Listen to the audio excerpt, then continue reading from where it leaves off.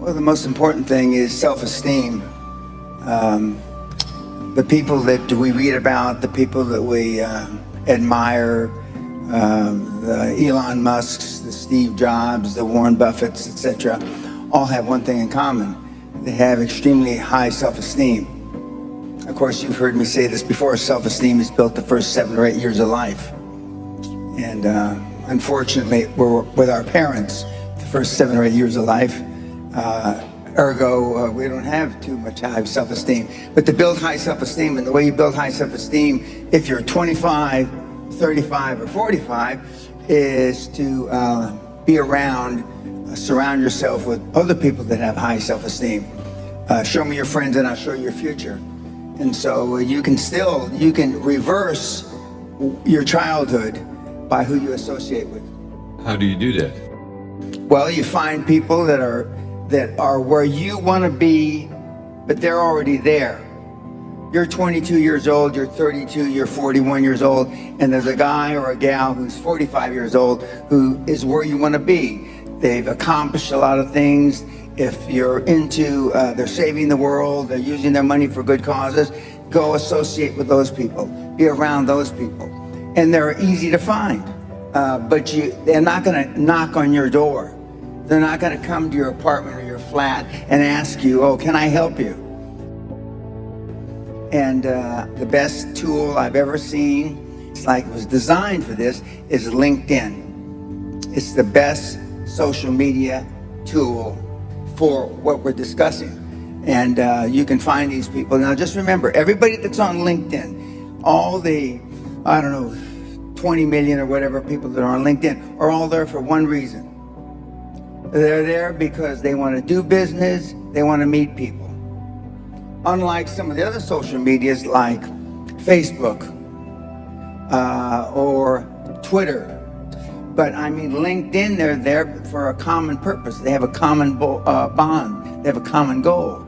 They want to expand their horizons, and it's a great tool.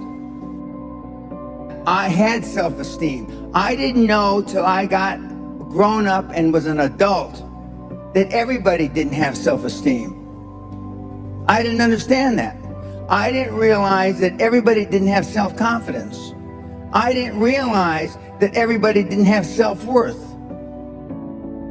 Gallup did a poll in 2016, worldwide, 87.6% of all the people on the planet, we'll just round it off, 87% of everybody that walks the face of the earth, 7.65 billion people, are unhappy.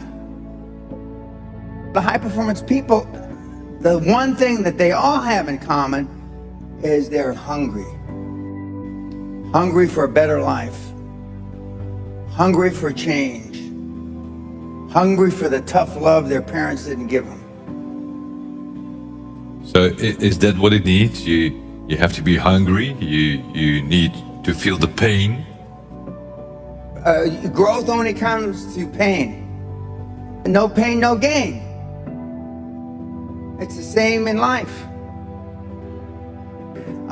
If love got the job done, you wouldn't need podcasts, you wouldn't need seminars. It doesn't. Tough love gets the job done. But being liked doesn't get you a raise when you're working for wherever you're working for. Efficiency, accountability. Most people that come to seminars are there because they weren't held accountable when they were growing up. What is your definition of a high-performance person? Being all that you can be every day. 24/7, 365, being all you can be. I asked the question a couple days ago, how many of you can raise your hand, but how many of you have kids? Don't raise your hand now. How many of you would like to have your kids grow up just like your parents? You know the answer, don't you? Close to zero. Because they were shitty role models. I'm not going to ask the second question. How many of you would like your kids to grow up and be like you? But being a high-performance person is a full-time job. I'm like this when I wake up in the morning to brush my teeth. I'm like this when I brush my teeth before I go to sleep. I'm like this 24/7, 365, and I've been like this for the better part of 50 years. I'm always like this. I'm always pushing the edge of the envelope.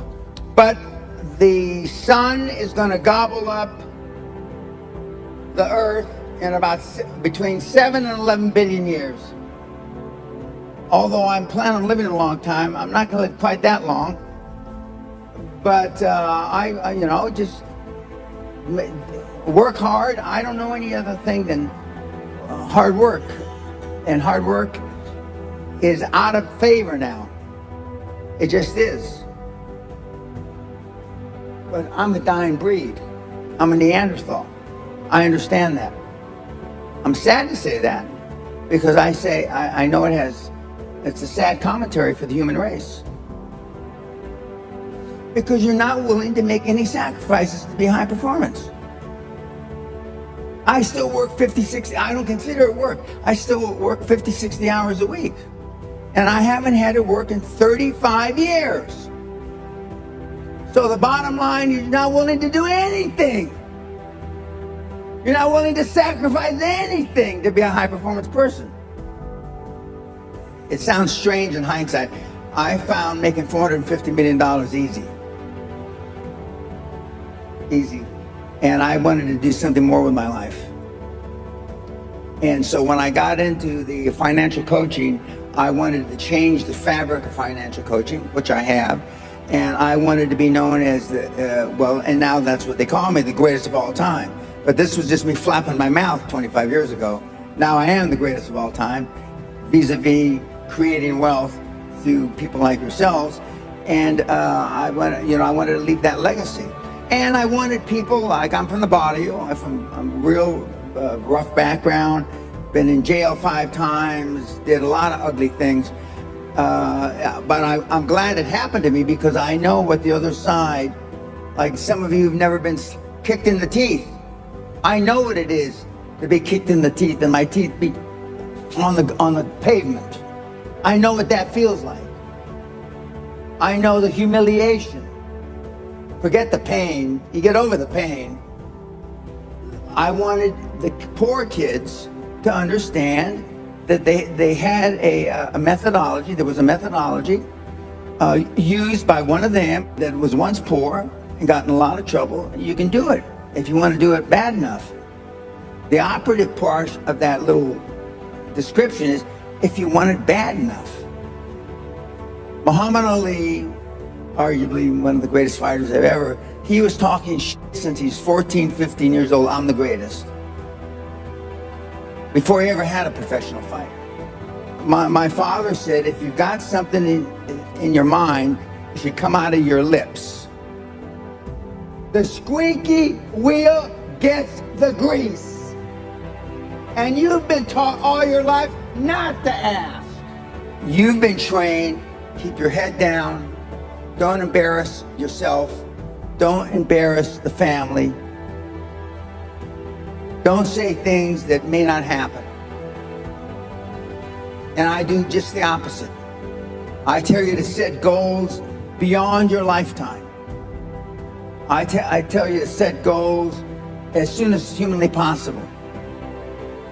When kids come to me, they want to make $1 million, 10 million, and then when they've made 100 million, they say, Mr. Pena, we would have never, ever dreamt that we could create 100 million until we met you.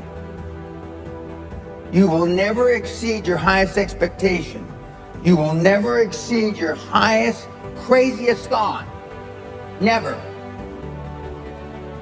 That's a guarantee. But kids, you can have whatever you want.